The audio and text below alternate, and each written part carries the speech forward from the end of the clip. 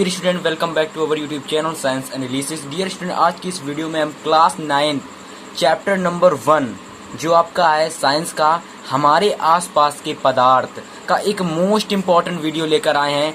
हम आपको chapter number 1 class 9 का जो साइंस है उसका जो अध्याय नंबर 1 है हमारे आसपास के पदार्थ यानी कि मैटर इन आवर सराउंडिंग, उसका एक मोस्ट इम्पॉर्टेंट वीडियो डिस्कस करने वाले हैं। डियर स्टूडेंट्स, इस वीडियो में हम लोग डिस्कस करेंगे वाष्पीकरण के बारे में। डियर स्टूडेंट्स, आज की बात आपका जो ये टॉपिक है वाष्पीकरण, जिसका नाम है इवेपोरेशन, ये आपका बहुत ही अच्छी तरीके से क्लियर हो जाएगा। डियर स्टूडेंट्स, इस वीडियो में हम बहुत ही कुछ जानकारी आपको देंगे वाष्पीकरण के बारे में, इसलिए ये वीडियो डियर स्टूडेंट्स आपके लिए बहुत ही ज़्यादा इंपॉर्टेंट वीडियो है। इस वीडियो में जो कुछ मैं बताऊंगा आपको उसको नोट कर लेना और नोट डाउन कर लेना है। तो ये पूरी वीडियो आपके लोगों के लिए बहुत ही ज़्यादा इंपॉर्टेंट होने वाली है। इस वीडियो में हम लोग वाष्पीकरण को जानेंगे तथा वाष्पीकरण के प्रकार, वाष्पन तथा क्वथन को जानेंगे। तो ये वीडियो बहुत ही ज़्यादा इंपॉर्टेंट होने वाली है बच्चों। तो वाष्पीकरण की सबसे पहले डिफिनीशन जानेंगे बच्चों की वाष्पीकरण होता क्या है। जैसा कि आप लोगों की स्क्रीन पर दिख रहा है कि इवेपोरेशन क्या होता है बच्चों, किसी द्रव की गैस अवस्था में परिवर्तन होने की क्रिया को वाष्पीकरण कहते हैं। बच्चों दोबारा समझना तो आपको बहुत ही अच्छी तरीके से क्लियर होगा। देखो क्या लिखा हुआ है बच्चों, किसी द्रव की गैस, ठीक है, किसी द्रव की गैस। अब द्रव की गैस का कहने का तात्पर्य है बच्चों, जैसे कि हम लोग क्या कह सकते हैं, द्रव है, पहले कोई भी चीज द्रव है। समझना क्या कह रहा है, ये अर्थ कह रहा है पहले कोई भी चीज द्रव है, द्रव होने के बाद कुछ समय पश्चात वो क्या हो जाती है, किसमें परिवर्तित हो जाती है, गैस में, गैस की अवस्था में परिवर्तित हो जाती है। और इस क्रिया को ही बच्चों क्या कहते हैं, वाष्पीकरण कहते हैं। बच्चों दोबारा पढ़ो क्या लिखा हुआ है, किसी द्रव की गैस अवस्था में परिवर्तन होने की क्रिया को वाष्पीकरण कहते हैं। मेरे प्यारे बच्चों, इस टॉपिक को मैं बहुत ही अच्छी तरीके से अभी आपको समझाऊंगा। समझना बच्चों, जैसे कि मैंने क्या किया, मैंने क्या कहा यहाँ पर, मैंने कहा किसी द्रव की गैस, यानी कि मैंने कहा, मैं आपको समझाने की कोशिश करूंगा। देखिए बच्चों, ये क्या आपका, मैं क्या कर रहा हूँ यहाँ पर, ये आपका क्या है, ये आपका पानी है बच्चों। मान लीजिए ये आपका पानी है बच्चों, ठीक है बच्चों, ये आपका पानी है, ठीक है। अब ये पानी कुछ समय पश्चात जब हम इसको किस में रखेंगे बच्चों, सनलाइट में, जब इसको किसी सनलाइट में रखेंगे, क्या ले जाएंगे, सनलाइट में, तो बच्चों जी ये पानी होगा धीरे धीरे से अलग होगा, धीरे धीरे क्या होगा बच्चों, अलग होने लगेगा, आपस में अलग होने लगेगा। और बच्चों ये धीरे धीरे वायु में उड़ जाएगा और गैस की अवस्था में धीरे धीरे बच्चों वायु में ये उड़ जाएगा। तो इसी अभिक्रिया का, यानी कि इस परिभाषा का तात्पर्य यही था बच्चों, किसी द्रव की गैस अवस्था में परिवर्तन होने की क्रिया को वाष्पीकरण कहते हैं। अब यहाँ बच्चों क्या हमारा, ये हमारा द्रव है, ये द्रव है हमारा, द्रव क्या है बच्चों, ये हमारा द्रव है। और ये द्रव कौन सा है, जल। आप लोग जल को देखते होंगे बच्चों कि आप लोग क्या लगाता रहता है, पोंछा। जब आप लोग अपने घर में क्या करते हो, पोंछा लगाते हो ना फर्श में, तो क्या देखते हो, फैन को जब चालू कर दिया जाता है तो कुछ समय पश्चात जो पानी होता है बच्चों वो क्या हो जाता है, उड़ जाता है। वो उड़ किस अवस्था में जाता है बच्चों, गैस की अवस्था में उड़ जाता है। तो जो ये बच्चों पानी जो उड़ रहा है ना, ये जो उड़ रहा है आपका, ये बच्चों क्या है, गैस द्रव अवस्था, ये गैस द्रव अवस्था है बच्चों, ठीक है, समझ रहे हो ना, ये गैस द्रव अवस्था है। तो ये परिभाषा बच्चों एक बार फिर से पढ़ते, क्या कह रही है परिभाषा बच्चों, यह कह रही है हमसे कि किसी द्रव की गैस अवस्था में, किसी द्रव की गैस अवस्था, पहले वह द्रव है, बाद में वह गैस अवस्था में परिवर्तित हो जाता है। और इसी अभिक्रिया को बच्चों क्या कहते हैं, वाष्पीकरण कहते हैं। ठीक है, इतना क्लियर हो गया होगा आपको, ठीक है। तो ये अभिक्रिया आप खुद से भी बना सकते हो, इसकी परिभाषा आप खुद से भी बना सकते हो कि वाष्पीकरण क्या है, किसी द्रव की गैस अवस्था में परिवर्तन होने की क्रिया को वाष्पीकरण कहते हैं। ठीक है, ये क्लियर हुआ इतनी चीज। अब हम लोग बात करेंगे कि वाष्पीकरण के कितने प्रकार होते हैं बच्चों। तो बच्चों देखिएगा, वाष्पीकरण के आपके 2 प्रकार होते हैं। पहला बच्चों होता है आपका वाष्पन, जिसे बोलते हैं इवेपोरेशन। क्या बोलते हैं, इवेपोरेशन। समझ में आया बच्चों, इसे बोलते हैं इवेपोरेशन। ठीक है, क्या बोलते हैं वेपोरेशन, क्या बोलते हैं बच्चों, इवेपोरेशन। और मेरे से यहाँ गड़बड़ी हो चुकी है बच्चों, जो आपका यहाँ इवेपोरेशन लिखा है यहाँ पर आपको बड़ा वी होगा, ठीक है, ये आपका वेपोरेशन होता है। वाष्पीकरण का मतलब होता है बच्चों वेपोरेशन, और जबकि जो वाष्पन का मतलब होता है बच्चों वो होता है इवेपोरेशन। क्या होता है, इवेपोरेशन। ठीक है, तो वाष्पन क्या है, इसकी परिभाषा को हम लोग सबसे पहले समझेंगे, ठीक है, कि वाष्पन क्या है बच्चों। ठीक है, इसके बाद हम लोग समझेंगे बच्चों क्वथन के बारे में कि क्वथन क्या होता है। क्वथन को इंग्लिश में बोलते हैं बच्चों बॉइलिंग। क्या बोलते हैं, बॉइलिंग, वह कहते हैं ना बॉइलिंग पॉइंट है, ये बॉइलिंग पॉइंट है, ठीक है। तो वही चीज हम लोग डिस्कस करेंगे। वाष्पीकरण के कितने प्रकार हैं? 2 प्रकार हैं। डिफिनीशन क्या है? डिफिनीशन है सीधी, किसी द्रव की गैस अवस्था में परिवर्तन होने की क्रिया को वाष्पीकरण कहते हैं। वाष्पीकरण के बच्चा 2 प्रकार होते हैं, पहला आपका वाष्पन, दूसरा आपका वाष्पीकरण। वाष्पन को इंग्लिश में इवेपोरेशन बोलते हैं, क्वथन को इंग्लिश में बॉइलिंग बोलते हैं। कितनी जल्दी से मैंने आपको क्लियर करवा दिया ये बच्चों, ठीक है। तो आप लोगों को परिभाषा तो वाष्पीकरण की क्लियर हो ही चुकी होगी, ठीक है। तो जल्दी से आप लोग इस परिभाषा को अपने कॉपी में नोट डाउन कर लो या फिर स्क्रीनशॉट ले लो, ठीक है। तो जल्दी से अब हम लोग क्लियर करेंगे बच्चों वाष्पन की परिभाषा को, कि वाष्पन की डेफिनेशन क्या है। इसके बाद हम वाष्पन के क्या करेंगे, प्रभावित होने वाले कारकों को पढ़ेंगे। इसी प्रकार से हम बच्चों क्वथन को पढ़ेंगे, ठीक है। क्वथन की परिभाषा को डिस्कस करेंगे, ठीक है। तो जल्दी से हम वाष्पन की डिफिनीशन को क्लियर करते हैं बच्चों। चलिए देखिए बच्चों, वाष्पन की डिफिनीशन लिखी हुई है कि वाष्पन को इंग्लिश में बोलते हैं इवेपोरेशन। सबसे पहले जानेंगे कि वाष्पन का मतलब क्या होता है बच्चों, इवेपोरेशन, ठीक है। वाष्पन का मतलब क्या होता है बच्चों, इवेपोरेशन, ठीक है। और इसकी डेफिनेशन क्या है बच्चों, तो इसकी डेफिनेशन यानी कि इसकी परिभाषा क्या है, समझेंगे उसको। लिखा हुआ है बच्चों, प्रत्येक द्रव सामान्य ताप पर धीरे धीरे गैस अवस्था में परिवर्तित होता रहता है, इस क्रिया को वाष्पन कहते हैं बच्चों। यानी कि प्रत्येक द्रव क्या कहता है बच्चों, द्रव क्या होता है बच्चों, द्रव क्या है, पानी हो गया, आपका दूध हो गया, ठीक है, ये क्या है, द्रव है। पानी हो गया, दूध हो गया, द्रव है। प्रत्येक द्रव, पानी या दूध, सामान्य ताप पर, सामान्य ताप क्या है, सामान्य ताप होना चाहिए, ना ही ठंडी होनी चाहिए ना ही गर्मी होनी चाहिए, अर्थात एक ऐसा ताप होना चाहिए जिसमें आपका पानी अपने आप ना तो पिघले और ना ही जमे, तो वही आपका सामान्य ताप। तो क्या लिखा, प्रत्येक द्रव सामान्य ताप पर, द्रव क्या है, दूध या पानी, सामान्य ताप पर यानी कि ऐसा ताप जिस पर ना ही कोई चीज जमे, ना ही कोई चीज पिघले, तो धीरे धीरे गैस अवस्था में परिवर्तित होता रहता है। सामान्य ताप पर वह धीरे धीरे गैस अवस्था में परिवर्तित होता रहता है, इस क्रिया को वाष्पन कहते हैं। ऐसा कब होता है बच्चों की द्रव जो होता है वो धीरे धीरे सामान्य ताप पर धीरे धीरे क्या होता है, गैस की अवस्था में परिवर्तित हो जाता है। तो बच्चों ऐसा आपका होता है जब हम कभी पानी को फैला देते हैं तो कुछ पानी जो रह जाता है बच्चों, बाकी पानी तो हम लोग क्या लेते हैं, झाड़ लेते हैं, लेकिन कुछ पानी जमीन में रह जाता है बच्चों। इसको मैं आपको समझाऊंगा आपको, ठीक है। इसको मैं आपको उदाहरण से समझाऊंगा तो आपको बहुत ही अच्छी तरीके से क्लियर होगा, ठीक है। जैसे कि बच्चों समझना, ठीक है, जैसे कि क्या है, यहाँ पर आपका मान लीजिए पोंछा लगाया गया, जैसे यहाँ पर आपके बहुत सारा पानी फैल गया यहाँ पर, ठीक है। ये आपका बहुत सारा पानी फैल गया यहाँ पर, ठीक है, बहुत सारा पानी ये फैल गया है, ठीक है। ये आपका पानी है। अब ये पानी को मैंने क्या किया, ऊपर का जो पानी था बच्चों वो मैंने क्या किया, साफ कर दिया, यानी कि किसी चीज से हटा दिया। अब जो पानी थोड़ा सा नीचे बचा है बच्चों, ठीक है, थोड़ा सा पानी नीचे बचा है, ये थोड़ा सा पानी है जो नीचे बचा हुआ है, इसको कुछ समय बाद आप देखोगे तो बच्चों क्या हो जाएगा, ये गैस की अवस्था में, ये क्या हो जाएगा बच्चों, थोड़ा सा बचेगा, और जो थोड़ा सा बचेगा बच्चों वो क्या होगा, गैस की अवस्था में बच्चों ऊपर उड़ जाएगा। हमने समझा कि किस प्रकार से एक द्रव सामान्य ताप पर गैस की अवस्था में होकर उड़ जाता है, यानी कि गैस की अवस्था में ऊपर उड़ जाता है। तो ये हम लोगों ने समझा बच्चों, ठीक है। ये क्लियर हुआ कि नहीं क्लियर हुआ, आई होप सभी को क्लियर हो चुका होगा ये, कि किस प्रकार से प्रत्येक द्रव सामान्य ताप पर धीरे धीरे गैस की अवस्था में परिवर्तित होता रहता है, इस क्रिया को वाष्पन कहते हैं बच्चों। इतना क्लियर हुआ कि प्रत्येक द्रव सामान्य ताप पर धीरे धीरे या एकदम से नहीं, धीरे धीरे गैस अवस्था में परिवर्तित होता है, इस क्रिया को वाष्पन कहते हैं, ठीक है।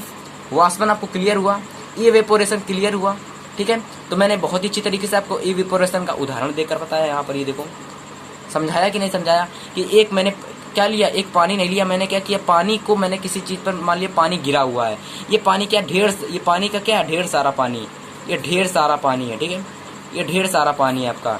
अब ये पानी कौन सा, ये पानी क्या, जो पानी रह गया है, ये रह गया पानी है, रह गया। अब ये पानी क्या, ये थोड़ा सा पानी जो बच्चों बचा है, थोड़ा सा पानी, इसको हम कुछ समय पश्चात जब देखते हैं तो ये गैस की फॉर्म में ऊपर उड़ जाता है। तो बच्चों इसी अभिक्रिया को, इसी को कहते हैं वाष्पन, ठीक है, इवेपोरेशन जिसे कहते हैं। तो बच्चों अब हम लोग देखने वाले हैं वाष्पन को प्रभावित करने वाले कारण, कि किस प्रकार से वाष्पन को कोई चीज प्रभावित करती है, तो वाष्पन कितनी अधिक से होता है, कितनी तीव्रता से होता है, कितनी जल्दी होता है, तो उसको डिस्कस करेंगे। और उससे रिलेटेड ऐसा क्वेश्चन भी आपके बोर्ड एग्जाम में पूछा जाता है कि बताइए कि कौन कौन से कारण हैं जो वाष्पन को प्रभावित करते हैं, ठीक है। तो चलिए देखते हैं वाष्पन को प्रभावित करने वाले कारण, ठीक है, चलिए देखते हैं। चलिए स्टूडेंट्स, हम देखते हैं वाष्पन को प्रभावित करने वाले कारण। तो वाष्पन को यानी कि वाष्पन को कौन कौन से कारण प्रभावित करते हैं। ठीक है, वाष्पन समझ रहे हो ना, वाष्पन जो आपका लिखा है वाष्पन, ठीक है, इसको कौन कौन से कारण आपके प्रभावित कर सकते हैं बच्चों। ठीक है, ये इसमें हम देखेंगे। ठीक है, तो वाष्पन को प्रभावित करने वाले कारण आपकी बोर्ड एग्जाम में क्वेश्चन भी पूछ सकता है। क्वेश्चन कैसे पूछेगा बच्चों, क्वेश्चन पूछेगा आपसे कि वाष्पन की गति किन किन अवस्थाओं में तेज रहती है। यानी क्वेश्चन कह देगा बताइए कि वाष्पन की गति जो होती है बच्चों वो किन किन अवस्थाओं में तेज रहती है, कौन कौन सी वह अवस्था है जिनमें वाष्पन की गति जो होती है वो तेज रहती है। तो ये हमको बताना पड़ेगा। वाष्पन की गति बच्चों आपको 3 अवस्थाओं में तेज देखने को मिलेगी। ठीक है, आप लोग इतना क्वेश्चन लिख दोगे, आंसर लिख दोगे तो आपको पूरे में पूरे मार्क्स मिल जाएंगे, जितने मार्क्स का आपका क्वेश्चन होगा बच्चों। ठीक है, तो वाष्पन की गति क्या होती है, वाष्पन की गति निम्न अवस्थाओं में अधिक होती है। निम्न अवस्थाओं में कहने का तात्पर्य है, निम्न अवस्थाओं में कहने का तात्पर्य है बच्चों कि ये 3 अवस्थाओं में गति तेज हो सकती है, बाकी किसी अवस्था में नहीं हो सकती है। ठीक है, एनसीईआरटी बुक में आपकी 3 उदाहरण दिए गए हैं। फर्स्ट उदाहरण है आपका बच्चों द्रव की ताप बढ़ने पर, यानी कि द्रव का ताप बढ़ने पर। इसको मैं आपको समझाऊंगा भी कि द्रव का ताप बढ़ने से क्या तात्पर्य है। ठीक है, सेकंड ऑप्शन है बच्चों आपका, सेकंड है आपका कि द्रव का सतही क्षेत्रफल, द्रव का सतही क्षेत्रफल अधिक करने पर, यानी कि द्रव का सतही क्षेत्रफल अधिक करने पर, ये भी अभी आपको समझाऊंगा मैं। फिर थर्ड ऑप्शन है आपका, ठीक है, थर्ड ऑप्शन है बच्चों आपका कि वायु का प्रवाह तेज करने पर। ठीक है, तो सबसे पहले हम पहले ऑप्शन को क्लियर करते हैं। सबसे पहले हम बच्चों पहले ऑप्शन के आपको क्लियर करते हैं। ठीक है बच्चों, पहला ऑप्शन देखते हैं, द्रव की ताप बढ़ाने पर, यानी कि द्रव का ताप बढ़ाने पर। बच्चों क्या कह रहा है, द्रव का ताप। अब जैसे मैंने क्या कहा बच्चों, द्रव का ताप बढ़ाने पर। अब जैसे द्रव है कोई, मान लीजिए ये मैंने क्या लिया, एक द्रव ले लिया, कोई एक द्रव है ये मान लीजिए बच्चों एक कोई द्रव है। अब इस द्रव का मैंने क्या किया, यहाँ पर मैंने क्या किया, द्रव का ताप बढ़ा दिया। अब जैसे कहने का तात्पर्य है, अब आपका सूर्य क्या हुआ, किसी दिन क्या होता है कि सूर्य जो होता है बच्चों, सूर्य वो क्या होता है, उसकी जो रोशनी होती है वो धीमी होती है। किसी दिन जो सूर्य की जो रोशनी होती है बच्चों वो धीमी होती है। आज जब सूर्य की रोशनी जो होती है बच्चों तेज होती है, समझना, जब सूर्य की जो रोशनी होती है बच्चों वो तेज होती है, कहने से तात्पर्य जब तेज होती है तो आपका जो वाष्पोत्सर्जन की जो क्रिया होती है बहुत तेजी से होती है। जब कभी देखते होगे जो तेजी से सूरज निकलता है तो जो पानी होता है एकदम से सूख जाता है, एकदम से कपड़े सूख जाते हैं, एकदम से आपका पानी सूख जाता है। लेकिन जब धूप तेजी से नहीं निकलती है बच्चों तो क्या होता है कि जो आपके कपड़े होते हैं या तालाब जो कुछ होता है आपका, थोड़ा पानी जहाँ होता है वो नहीं सूखता है। वहीं अगर धूप तेजी से निकली होती है तो क्या होता है बच्चों की कपड़े अपड़े सब कुछ सूख जाते हैं। तो कहने से तात्पर्य है जब द्रव का ताप कब बढ़ेगा, जब आपकी सूर्य या फिर किसी भी चीज की रोशनी अधिक होगी तभी का ताप बढ़ेगा।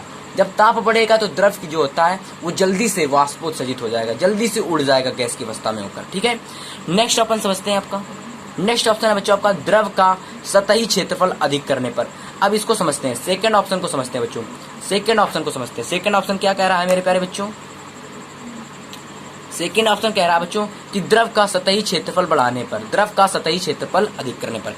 अब मान लेते हैं बच्चों कि ये क्या है, मैंने क्या किया, यहाँ पर किसी पानी को फैला दिया। मान लेते हैं इस पानी को मैंने यहाँ फैलाया।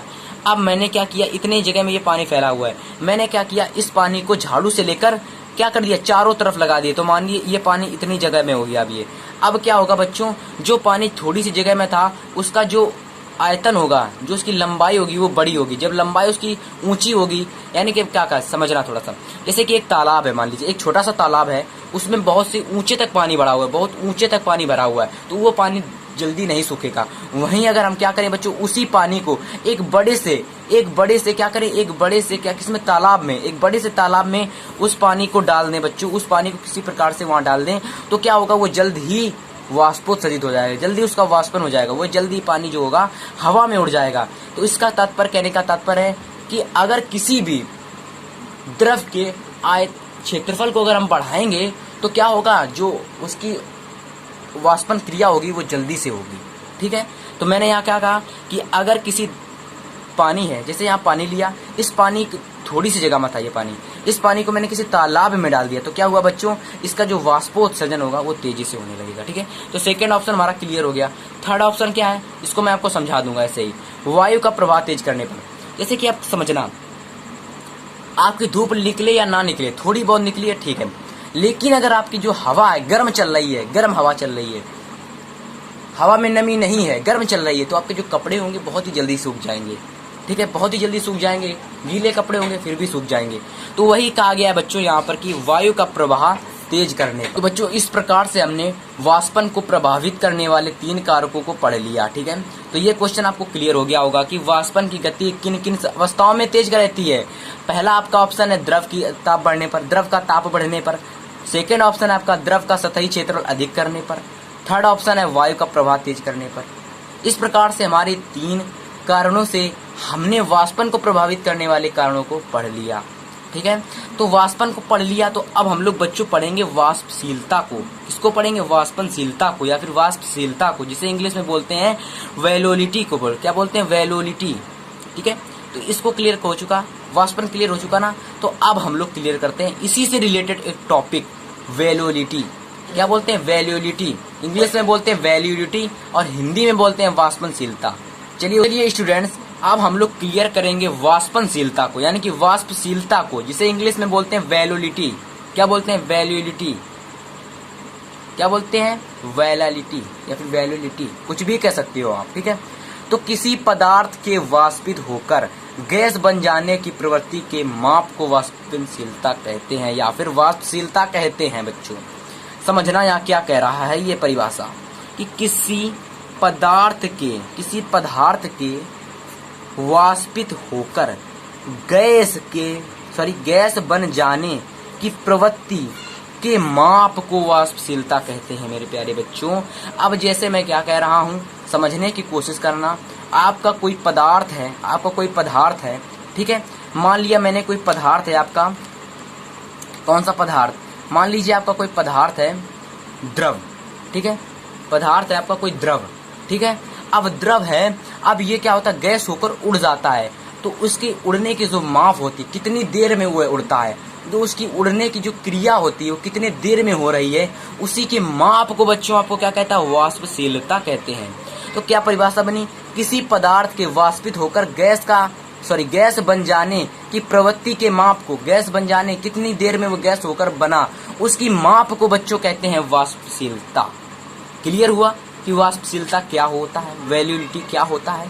ये आपके बोर्ड एग्जाम में इतना पूछा नहीं जाता है, समझने के लिए बहुत ही ज्यादा इंपॉर्टेंट है कि वाष्पशीलता क्या है। किसी पदार्थ के वाष्पित होकर गैस बन जाने की प्रवृत्ति के माप को वाष्पशीलता कहते हैं। क्या कहते हैं बच्चों? वाष्पशीलता कहते हैं। तो ये वीडियो आपको पसंद आ रही होगी तो प्लीज वीडियो को लाइक कर देना बच्चों। हम क्लास 10th और 9th दोनों की प्रिपरेशन करवाने वाले हैं 2022 में है बच्चों। ठीक है, अगर आप लोग क्लास 9th में हो या 10th में हो, जितने भी स्टूडेंट्स जिस भी क्लास में हो फर्क नहीं पड़ता, तो उनकी बहुत ही अच्छी तरीके से 2022 बोर्ड एग्जाम के लिए तैयारी करवाऊंगा मैं इसी चैनल पर। ठीक है, तो प्लीज चैनल को सब्सक्राइब करके रखे रहना, सभी वीडियोस की नोटिफिकेशन आपको मिलती रहे ताकि। ठीक है, वाष्पशीलता क्लियर हो चुका। शुरुआत से एक बार मैं डिस्कस कर लेता हूँ क्या क्या मैं डिस्कस कर चुका हूँ आपके साथ। तो मैं शुरुआत से अगर डिस्कस करूँ तो मैं आपके सबसे पहले मैंने वाष्पीकरण को क्लियर किया। वाष्पीकरण को क्लियर किया तो मैंने वहाँ डिफिनीशन समझी। डिफिनीशन समझने के बाद मैंने क्या किया, उसके प्रकार समझे, प्रकार वाष्पन को समझा और वाष्पन के कारण को समझे, प्रभावित करने वाले। इसके बाद हम लोग समझा वाष्पशीलता को। ठीक है, अब वाष्पशीलता भी हमारी क्लियर हो चुकी है। तो अब हम लोग समझेंगे वाष्पीकरण के सेकंड प्रकार को, जो है हमारा क्वथन। क्या है? क्वथन, जिसे बोलते हैं इंग्लिश में बॉइलिंग। ठीक है, बॉइलिंग पॉइंट। तो जल्दी उसको क्लियर करते हैं अब हम। चलिए बच्चों देखते हैं क्वथन को। क्वथन it means that boiling point. Boiling इसको बोलते हैं इंग्लिश में क्वथन। कक्षा 9 वाले जितने भी विद्यार्थी हैं सभी से निवेदन है चैनल को सब्सक्राइब करके वीडियो को लाइक करके रखना। ठीक है, तो क्वथन क्या है बच्चों, जल्दी से इसकी डिफिनेशन क्लियर करते हैं। इस वीडियो को यहीं पर खत्म कर देते हैं जल्दी से। ठीक है, यानी कि थोड़ी देर बाद इस वीडियो को हम खत्म कर देंगे, वीडियो बहुत ही लंबी हो रही है। ठीक है, क्या क्वथन का तात्पर्य है, परिभाषा इसको समझने की कोशिश करना। ठीक है, द्रव का ताप बढ़ाने पर जब संपूर्ण द्रव तेजी से गैस अवस्था में परिवर्तित होने लगता है तथा उसमें बुलबुले उठने लगते हैं तो इस क्रिया को क्वथन कहते हैं। ठीक है, तथा जिस ताप पर यह क्रिया होती है उसे क्वथनांक कहते हैं। तो क्वथन समझ में आया। जैसे कि कोई द्रव है, जिस द्रव को हम गर्म कर रहे हैं, कोई द्रव है, द्रव के आप पानी मान लेते हैं। अब पानी को हम लोग बच्चों गर्म कर रहे हैं। अब किसी चीज पर गर्म कर रहे हैं, मान लेते हैं गैस पर गर्म कर रहे हैं, तो जिस चीज पर गर्म कर रहे हैं बच्चों वो हमारा क्या है? क्वथनांक है। ठीक है, ताप तथा क्या लिखा हुआ, ताप पर यह क्रिया होती है उसे क्वथनांक कहते हैं। जिस ताप पर, यानी कि क्या हुआ, द्रव को जिस ताप पर हम गर्म करते हैं उसे क्या कहते हैं, क्वथनांक कहते हैं। अब गैस को नहीं क्वथनांक कहेंगे बच्चों, कहेंगे किसको, क्वथनांक। मान लेते हैं कि हम किसी द्रव को 273 केल्विन पर गर्म कर रहे हैं। कितनी केल्विन पर, कितनी डिग्री, 273 डिग्री। मान लेते हैं 273 डिग्री तो मिलेगा नहीं गैस पर। मान लेते हैं कि 40 डिग्री, कितनी डिग्री पर, 40 डिग्री सेल्सियस पर हम किसी द्रव को गर्म कर रहे हैं, द्रव को, तो बच्चों वो हमारे लिए क्या बन जाएगा, वो हमारे लिए क्वथनांक बन जाएगा। ठीक है, क्वथनांक कितनी सेल्सियस डिग्री पर हम लोग गर्म कर रहे हैं, 40 डिग्री सेल्सियस पर, तो हमारे लिए क्या बन जाएगा बच्चों, क्वथनांक बन जाएगा। अब समझते हैं इसकी डेफिनेशन को। द्रव का ताप बढ़ाने पर जब संपूर्ण द्रव तेजी से गैस अवस्था पर में परिवर्तित हो जाता है तो तथा इसमें बुलबुले उठने लगते हैं, तो इस क्रिया को क्वथन कहते हैं। बुलबुले कब उठते हैं, जब हम लोग पानी को बहुत ही अधिक मात्रा में गैस पर रख के गर्म करने लगते हैं तो उसमें बुलबुले उठने लगते हैं, और इस क्रिया को बच्चों हम लोग कहते हैं क्वथन। समझ में आया? तो जल्दी से आप लोग इसका स्क्रीनशॉट ले लो क्वथन का। तो आई होप सभी को क्वथन एकदम क्लियर हो चुका होगा। ठीक है, तो इसकी परिभाषा आपको याद कर लेनी है। आपके बोर्ड एग्जाम में क्या क्या पूछा जाएगा, अब इसको जरा डिस्कस कर लेते हैं बच्चों।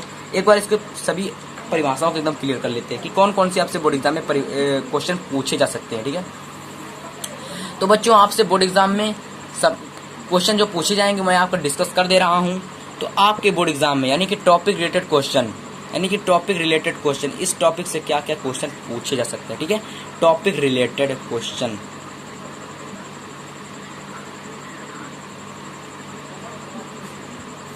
Topic related questions. तो बच्चों पहला आपका जो क्वेश्चन है मैंने जो पढ़ाया है उसमें आपको पूछ सकता है कि वाष्पीकरण की परिभाषा दीजिए। वाष्पीकरण की परिभाषा लिखिए तथा इसके प्रकार का वर्णन कीजिए।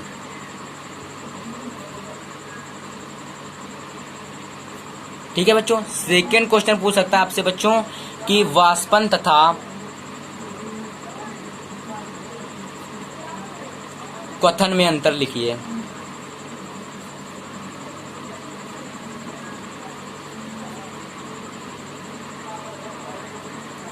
समझ में आया? सेकंड क्वेश्चन हो गया। और थर्ड क्वेश्चन बच्चों आपसे पूछ सकता है कि वाष्पशीलता को प्रदर्शित कीजिए। वाष्पशीलता की परिभाषा लिखिए।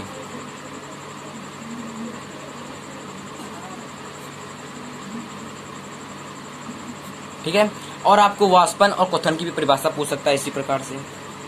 वाष्पन तथा क्वथन की परिभाषा लिखिए।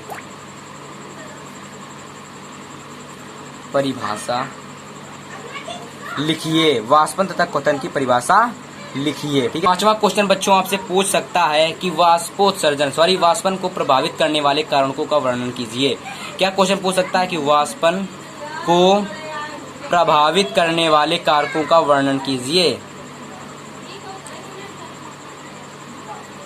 कारकों का वर्णन कीजिए।